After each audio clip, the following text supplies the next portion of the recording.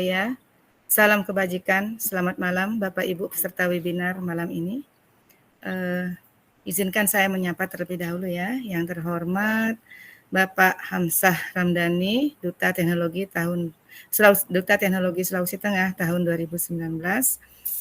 Kemudian serta yang saya muliakan para sahabat teknologi Sulawesi Tengah tahun 2024 dan teristimewa sekali yang saya hormati pula Bapak Ibu peserta webinar hebat yang telah berkenan hadir mengikuti webinar malam ini.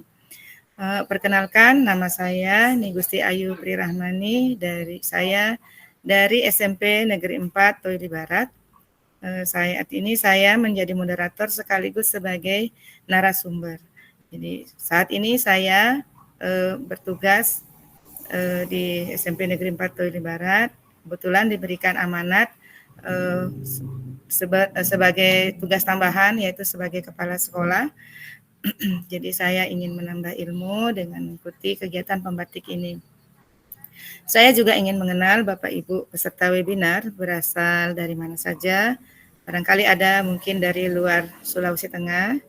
Ya, silakan menuliskan di kolom chat. Jadi, adapun tema webinar malam ini adalah Tinombala, praktik baik inovasi pembelajaran digital di sekolah. Jadi, sebelumnya mari kita berdoa terlebih dahulu agar webinar dapat terlaksana dengan baik, lancar, dan bermanfaat bagi kita semua. Baik, Bapak Ibu, mohon izin saya memimpin doa sesuai dengan agama dan kepercayaan kita masing-masing. Berdoa, mulai.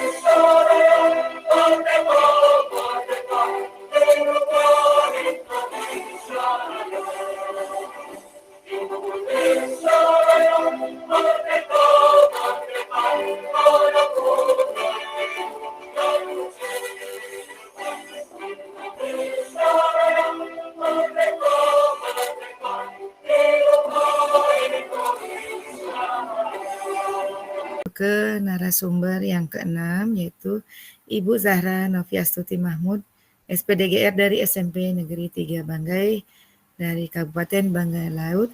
Kepada Ibu Zahra Noviastuti Mahmud, waktu dan tempat saya persilakan. Baik Ibu, terima kasih. Bismillahirrahmanirrahim. Assalamualaikum warahmatullahi wabarakatuh. Selamat malam Bapak Ibu semuanya. Selamat malam. Alhamdulillahirabbil alamin, puji syukur hanya kepada Allah Subhanahu wa taala, Tuhan yang Maha Esa. Karena berkat kasih dan sayangnya pada malam hari ini kita bisa berkumpul sama-sama di ruang virtual yang luar biasa ini bersama guru-guru hebat dimanapun berada.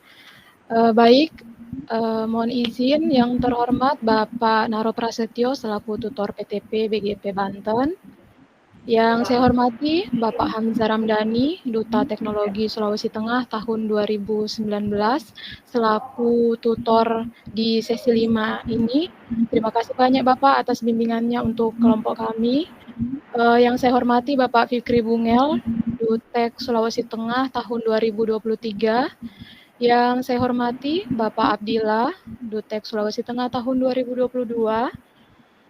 Yang saya banggakan Bapak Ibu Sahabat Teknologi Provinsi Sulawesi Tengah tahun 2024. Dan yang teristimewa Bapak Ibu peserta webinar dimanapun Bapak Ibu berada. Belajar IPA jadi bermakna dengan Randi si pemantik bara.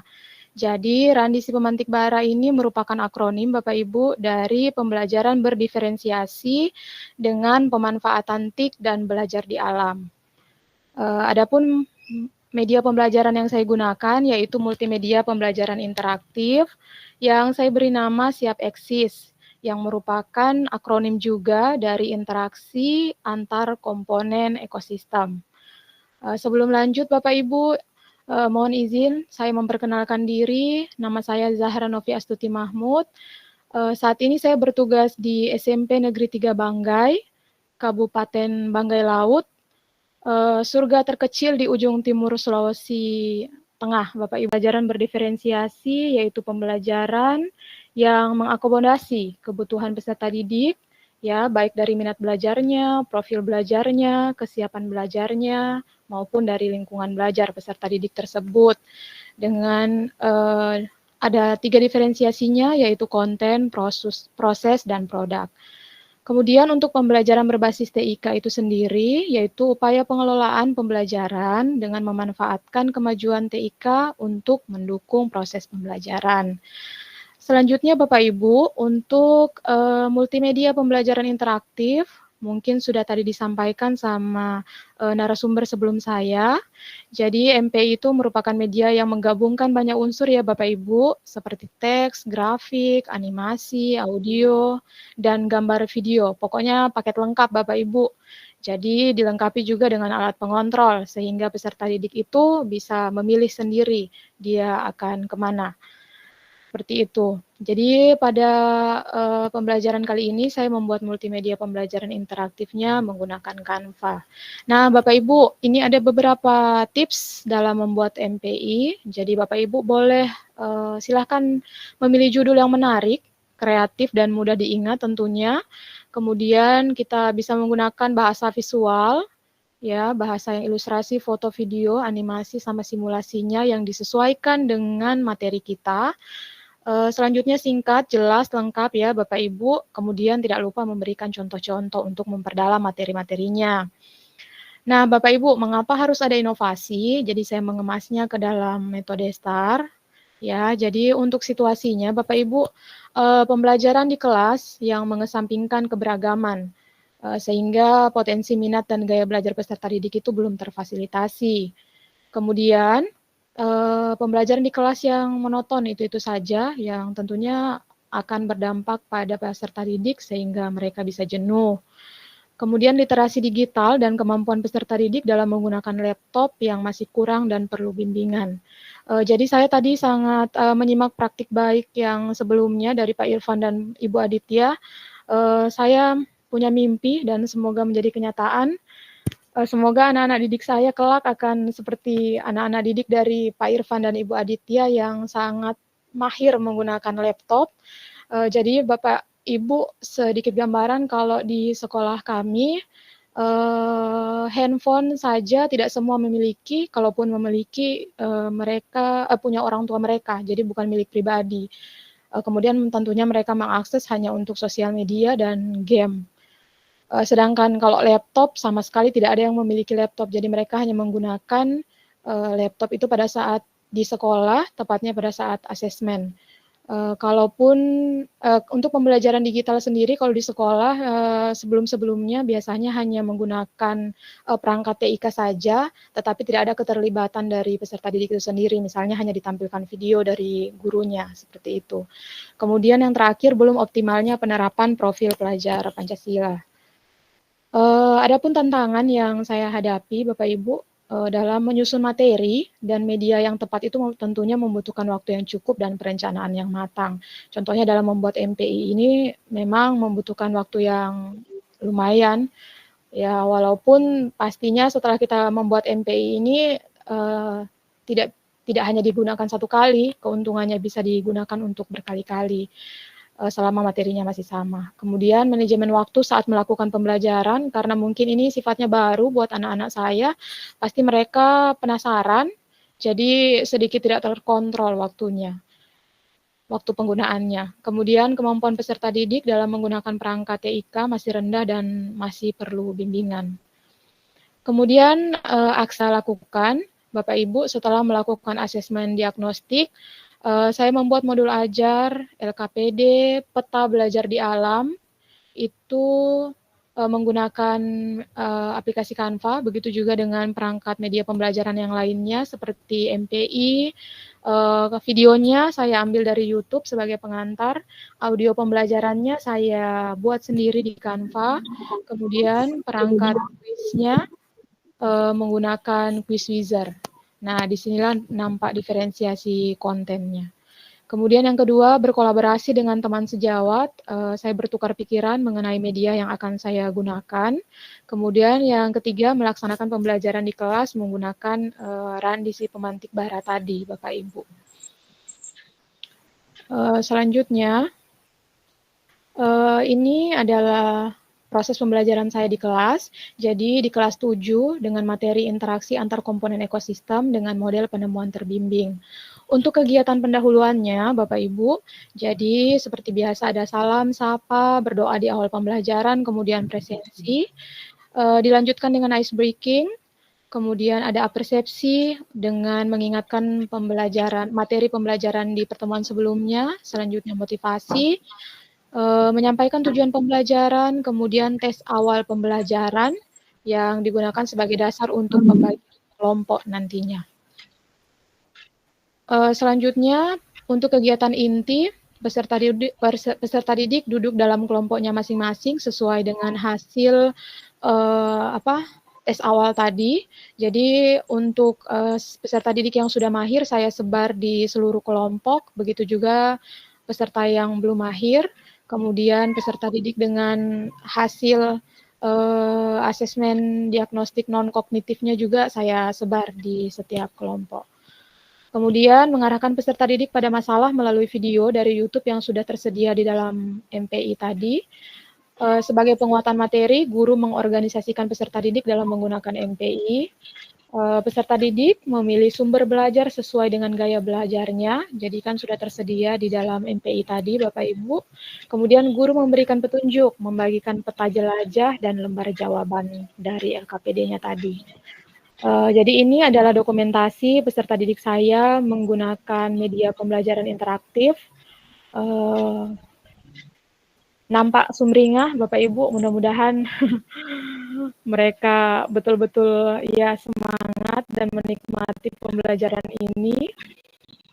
Kemudian untuk tampilan MPI saya ini ada beberapa tampilannya.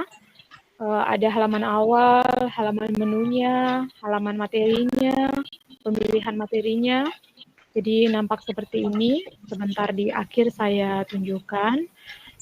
Insya Allah. Kemudian ada kuis-kuisnya juga yang saya buat langsung di Canva tanpa aplikasi tambahan. Selanjutnya Bapak Ibu, tadi kan ada belajar di alam ya. Judul saya. Jadi sebenarnya kegiatan pembelajaran saya ini selain pembelajarannya di dalam kelas, mereka juga keluar dari kelas karena kebetulan materinya interaksi antar komponen ekosistem ini ada bentuk-bentuk interaksi yang bisa diamati secara langsung di lingkungan sekolah kami.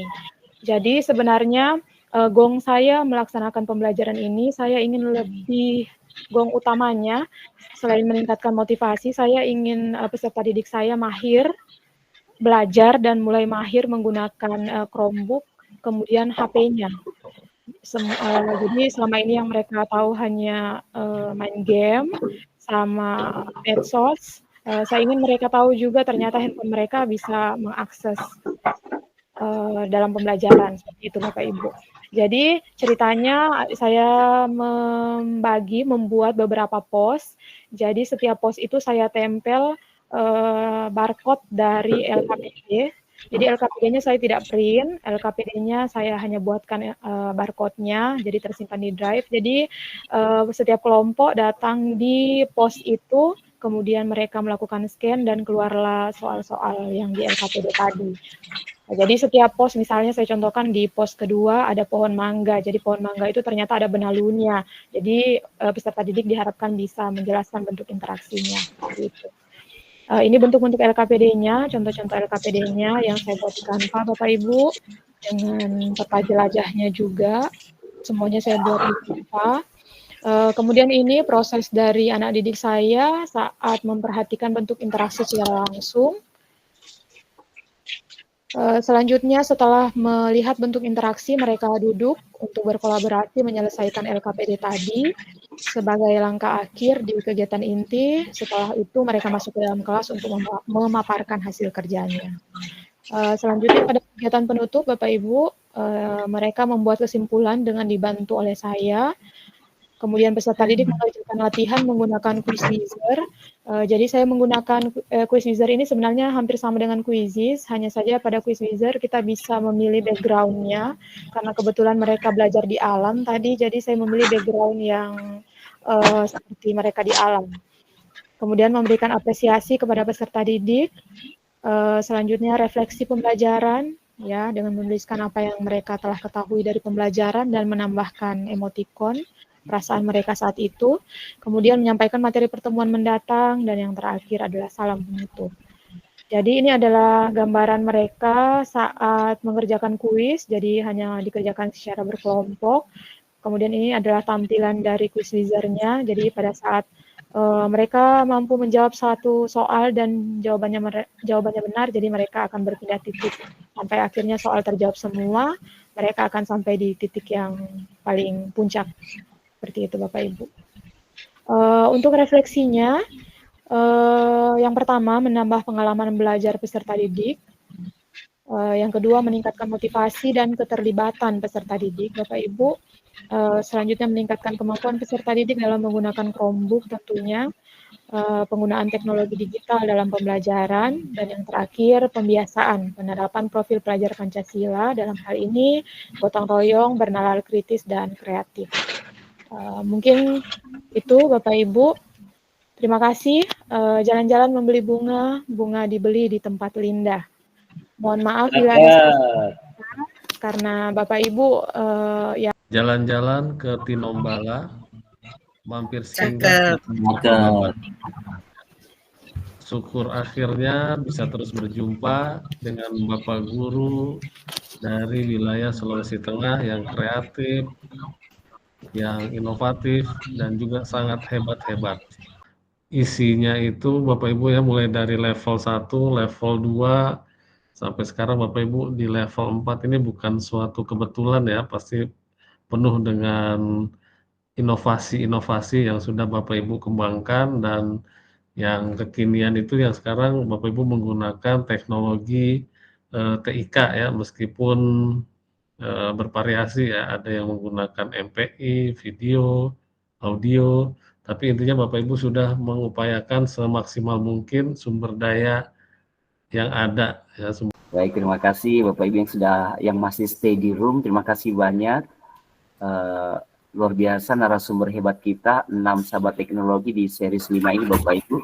Jadi praktik-praktiknya mereka sangat menginspirasi, tersusun sistematis dengan menggunakan alur STAR. Media pembelajarannya juga sangat menginspirasi, baik itu video pembelajaran maupun multimedia pembelajaran interaktif, dan sudah diaplikasikan di dalam kelas, terjadi kolaborasi antar murid yang luar biasa. Kita patut belajar dengan mereka berenam ya Bapak Ibu, ada hal baik yang bisa kita ambil dari mereka berenam. Semuanya sudah luar biasa sekali.